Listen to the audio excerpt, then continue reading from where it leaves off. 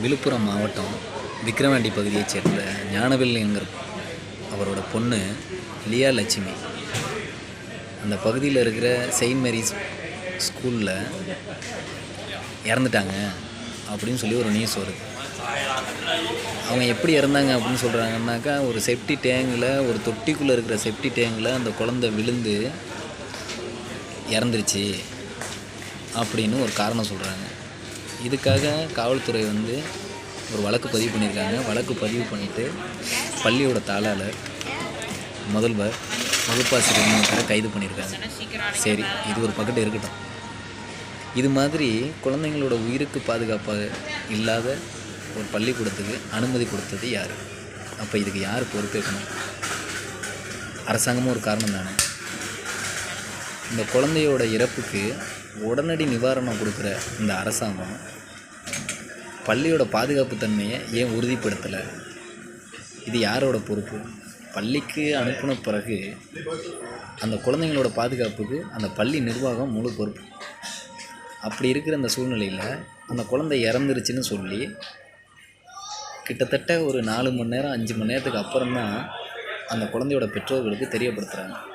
குழந்தைய காணும் அப்படின்னோடனே அந்த குழந்தை இப்படி இறந்துருக்கு அப்படின்னு அவங்க சொல்கிறதெல்லாம் நம்ம நம்புகிற மாதிரி இல்லை.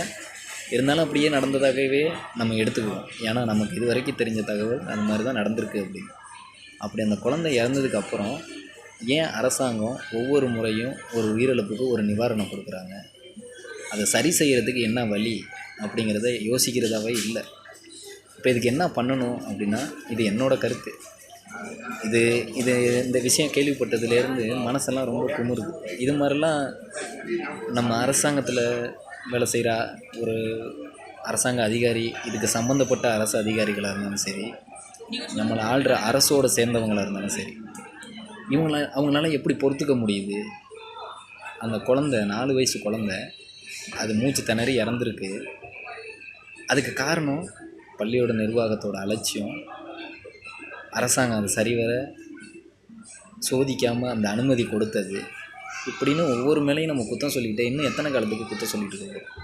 இதை உடனடியாக தடுக்கணும் அப்படின்னா இந்த பள்ளியோட நிர்வாகம், இந்த பள்ளி நிர்வாகத்துக்கு தடை விதிக்கணும். இந்த பள்ளியை இழுத்து மூடணும். இனிமே இங்கே படிக்கிற பிள்ளைங்களுக்கு பாதுகாப்பு தன்மையாக இருக்கிற பள்ளிகளுக்கு மறுசேர்க்கை நடைபெறத்துக்கு அரசு உதவி பண்ணணும். இது மேலும் மேலும் இவங்களை வழக்கு பதிவு பண்ணி அவங்கள திருப்பி ஜாமீனில் விட்டு அவங்க திருப்பி இந்த பள்ளிக்கூடத்தை நடத்தி இது மாதிரி இருந்தால் தப்பை தடுக்க முடியாது. நம்ம தப்பை குறைக்கணும். தப்பு நடக்கவே கூடாது அப்படின்னா கடுமையான நடவடிக்கை எடுக்கணும். இந்த ஒரு விஷயம் நடந்துருச்சு, இன்னொரு விஷயம் நாளைக்கு விடிஞ்சால் இன்னொரு விஷயம் வந்துடுதுன்னு இதை ஈஸியாக கடந்து போக முடியாது நம்மளால். பிள்ளைகளை பெற்ற ஒவ்வொரு பெற்றோரும் பாருங்கள், பள்ளிக்கூடத்தை போய் பாருங்கள். பாதுகாப்பாக இருந்துச்சுன்னா சேருங்க. 50,000 60,000 ஒரு யூகேஜி படிக்கிற பொண்ணு, அவங்க பெற்று வளர்த்தவங்க எவ்வளோ கனவோடு வளர்த்துருப்பாங்க அப்படிங்கிறதெல்லாம் நம்ம தெரிஞ்சுக்கணும். ரொம்ப கஷ்டமாக இருக்குது. இப்படி என்ன அரசாங்கம்? அவங்க சம்பாதிக்கிறதுக்காகவும், அரசாங்கம்னு பொதுவாக அரசாங்கம் இல்லை, அதுக்கு சார்ந்த அதிகாரிகள், ஆசிரியர்கள் குழந்தைங்களை பார்த்துக்கிறத தவிர அவங்களுக்கு என்ன அங்கே வேலை? அப்படி ஒரு பாதுகாப்பு தன்மையை நீங்கள் பெற்றோர்களாகிய நீங்கள் அதெல்லாம் நல்லா பார்த்துட்டு குழந்தைங்கள சேருங்க. குழந்தைங்களோட இறப்புக்கு பெற்றோர்கள் நாமளும் ஒரு காரணமாகிடும். அதை தவிர்க்கணும் அப்படின்னா இந்த விஷயத்தை எளிதாக கடந்து போயிடாதீங்க.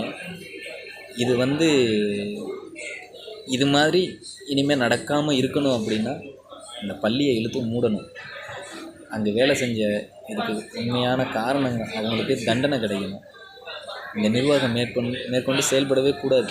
இதுக்கு இந்த பள்ளி கல்வித்துறையில் சேர்ந்த அனைத்து அதிகாரிகளும் தான் பொறுப்பு.